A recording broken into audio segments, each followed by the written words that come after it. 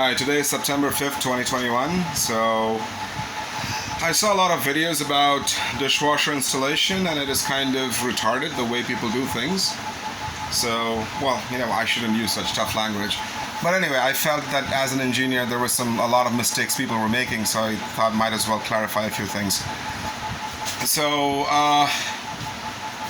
what do you need before installing the dishwasher? Number one, you need a stable base, because this is going to operate at pretty high power and rotational speeds, so that's going to cause vibrations. If your dishwasher is not on a flat surface, it's going to create noise. The vibrations will hurt the adhesion of the PCBs to the unit itself. It can damage the unit, it can damage the motor, it can damage your floor, and of course the discomfort from the noise and the irritation. So instead of using a trolley or whatever, what I did was I got this piece of granite, and in India the floors are not very flat, so I used a bit of cement and a couple of spirit levels and I made it flat. Then I installed it. That's step one. Very, very important. Step two, the electricals. Now, this requires a 15 amp power input. Now let's consider this device, okay? So this is max power rating is 2.2 kilowatts if I remember correctly. And that means when this device is going to operate at maximum setting, maximum power, it requires a lot of power to be able to operate the motor and create water jets and all that. That's the maximum it's going to consume is 2.2 kilowatts. And normally, we have in a device max power rating and RMS, root mean square power rating. So the root mean square means the average power consumption.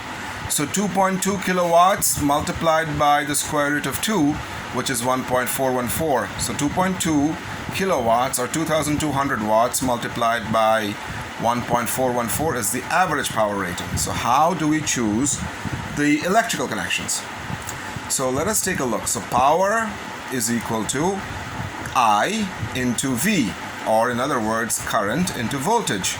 So in India, the voltage fluctuates between 220 volts and 240 volts. It's not very stable. We will take an average of 230 volts. So if we consider 230 volts, so the current that will come out of this is 2,200, or the max wattage, divided by the voltage, which is 230. So 2,200 divided by 230 is around 9.5 or something. So on an average, you can assume that the maximum current this device will draw is around 10 amperes, rounded off to 10 amperes. So you need a circuit breaker which is going to have the ability to cut it off when the current draw is significantly more. A bit more about that is this fact that in the United States, which is the inventor of all these safety devices, I'm from the United States myself, and we have 110 volts.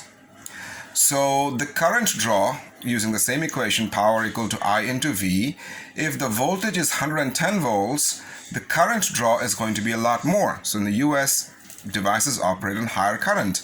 Here we have higher voltage. So what that means is that the MCBs, the circuit breakers, I forgot what the M stands for, I'm so tired right now. MCB essentially cuts off the circuit or switches it off if the current draw is more than what is normal, right? That's a safety precaution. So that means if there is a short, or if somebody is by mistake has touched or gotten in contact with an open electrical connection and the electricity is flowing through that person, giving him an electric shock, he's stuck there, and the current consumption is increased more than what the device will require, then the MCB will switch off. That's a safety feature. So in a home, especially where you have kids, you need to be very careful. And not only kids, just for your own safety as well. Remember this, less than 1/4 of an ampere, or 23 milliamperes, is what it requires for a person to be lying on the ground, writhing and shaking, convulsing, like an epileptic patient. That's what 1/4 of an ampere, less than 1/4 of an ampere will do to you.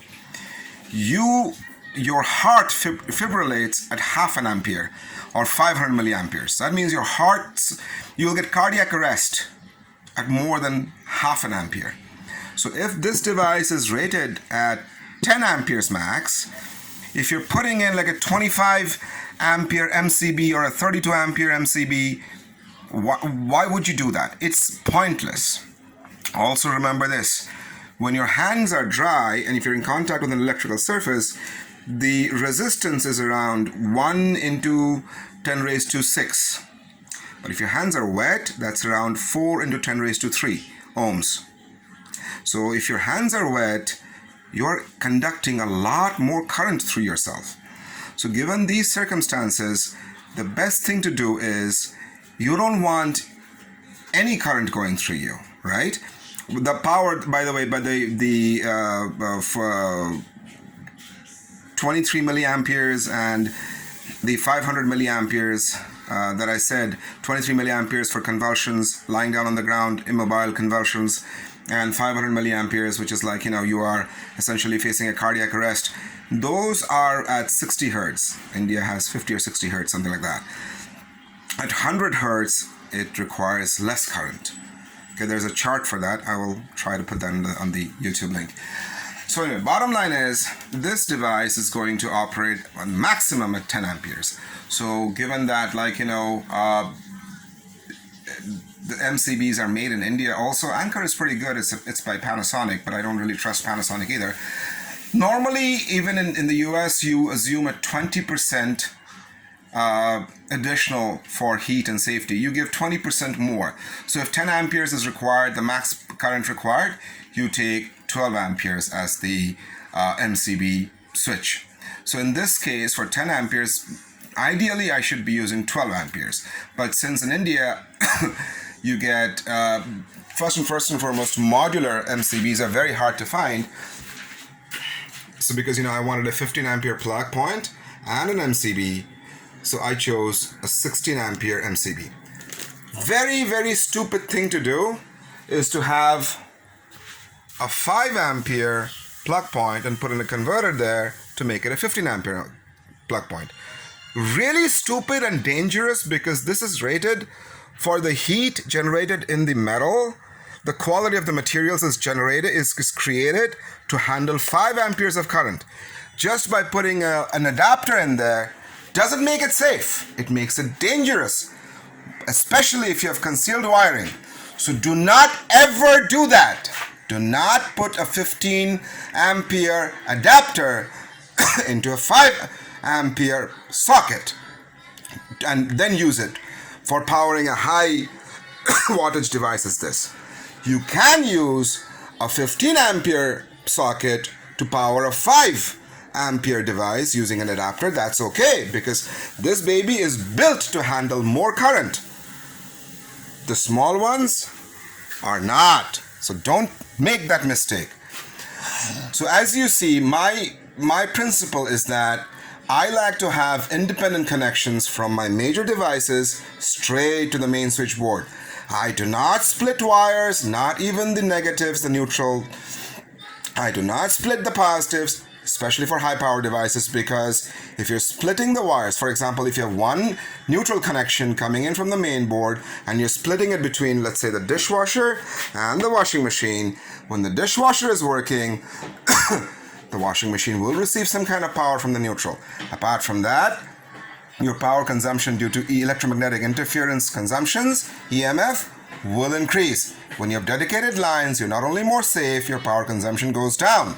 So don't try to save pennies and spend dollars on the electricity bill and thousands of dollars on medical expenses when you have an accident. Okay, so spend the money, get a good connection. Now, what kind of wire should you use? This is assuming a 10 ampere current draw. So normally people would use a 2.5 square millimeter wire.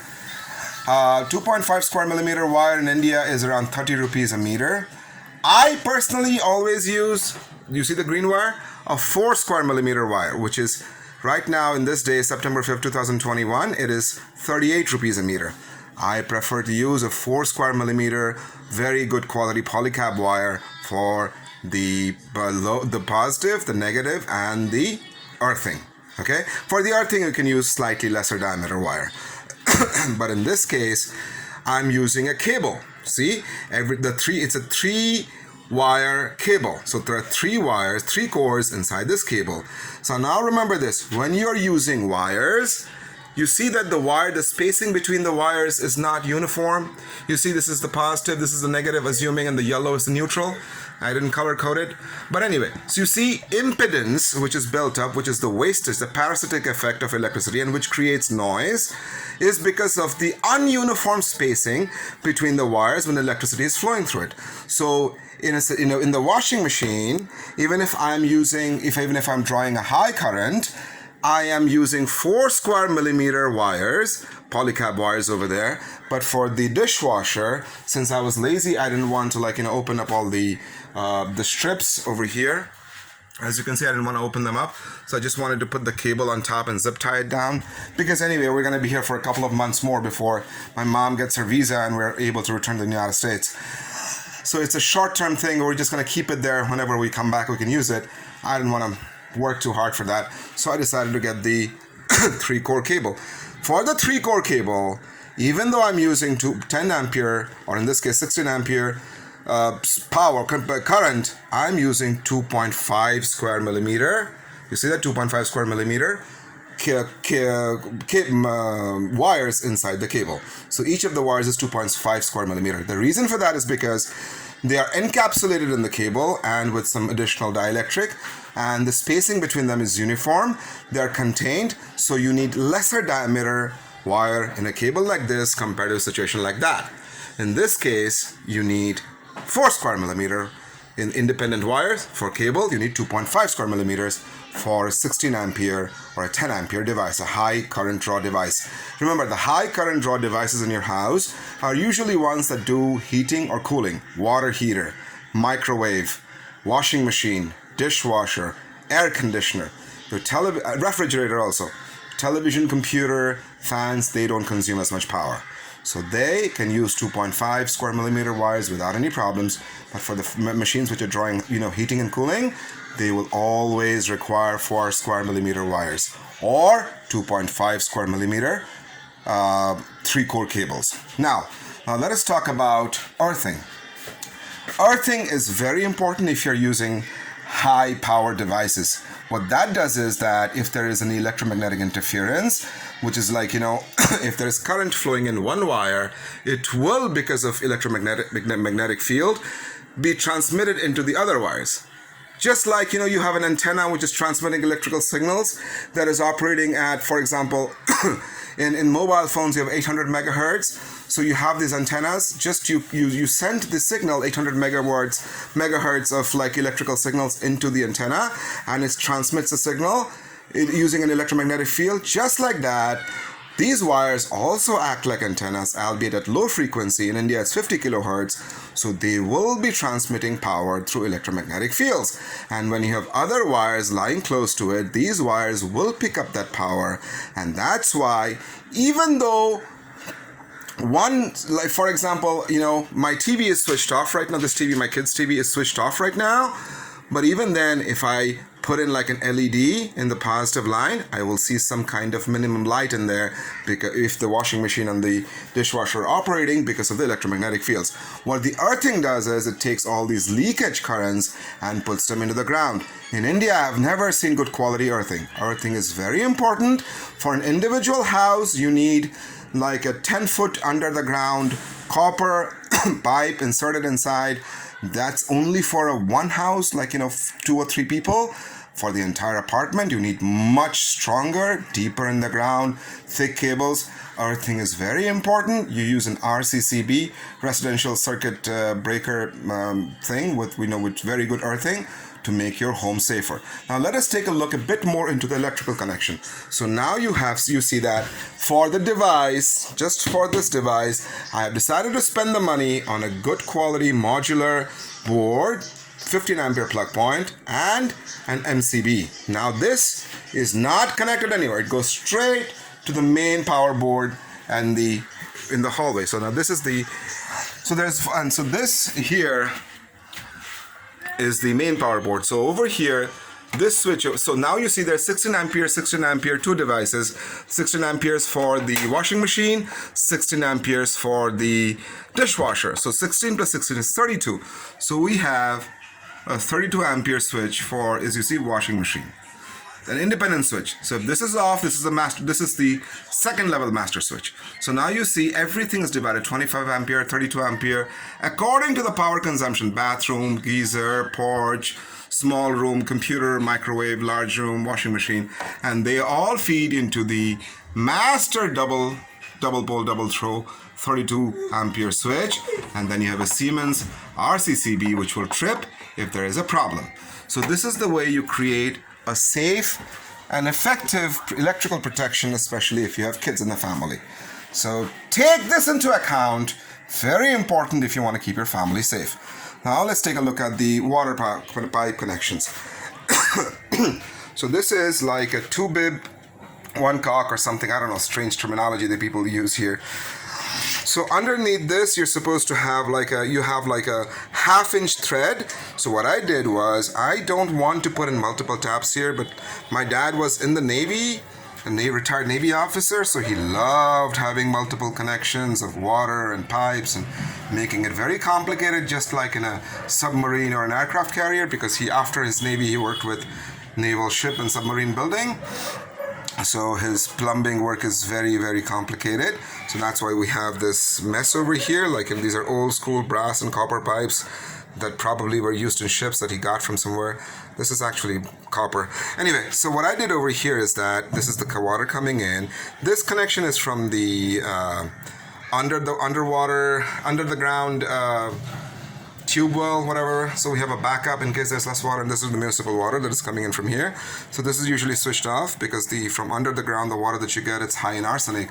So we use that as less as possible. If the municipal water is not there, only then we use it. In Mumbai, you never have the problem of less water supply. So municipal water is always there. So this is coming into this tap. This operates this, and this one controls the water coming in from here. So what I did was I put in a brass T over here, brass with of course chrome plating, and then I put in 1/2-inch flanges here, and to the flange I have an additional adapter with like a little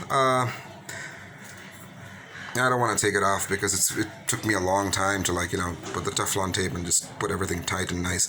So this ends in something, it's a washing machine, like, one of those, like, you push it in, it has a small nub, like a small nipple kind of a thingy, and you push it in. So this is for that.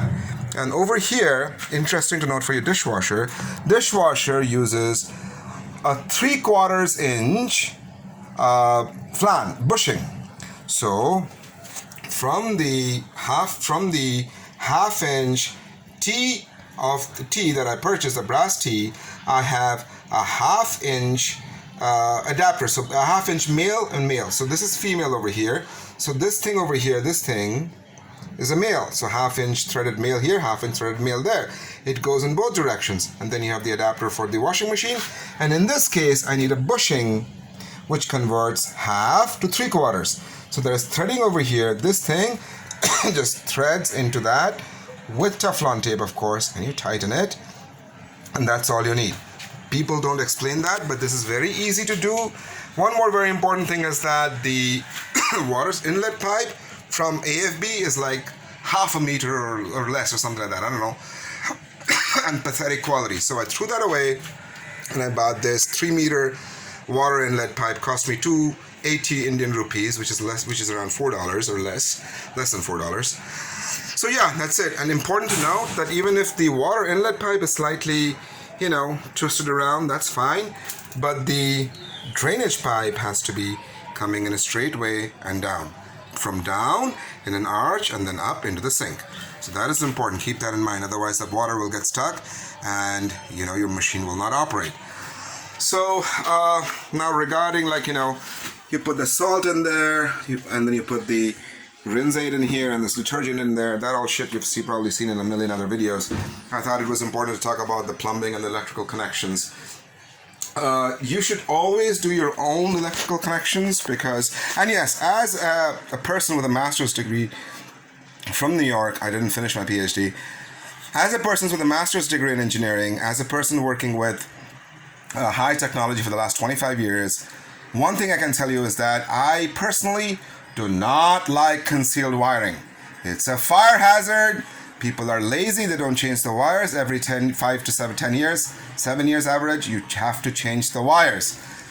If your wiring is concealed, you will not do that. You will cut corners. You will try to cheat.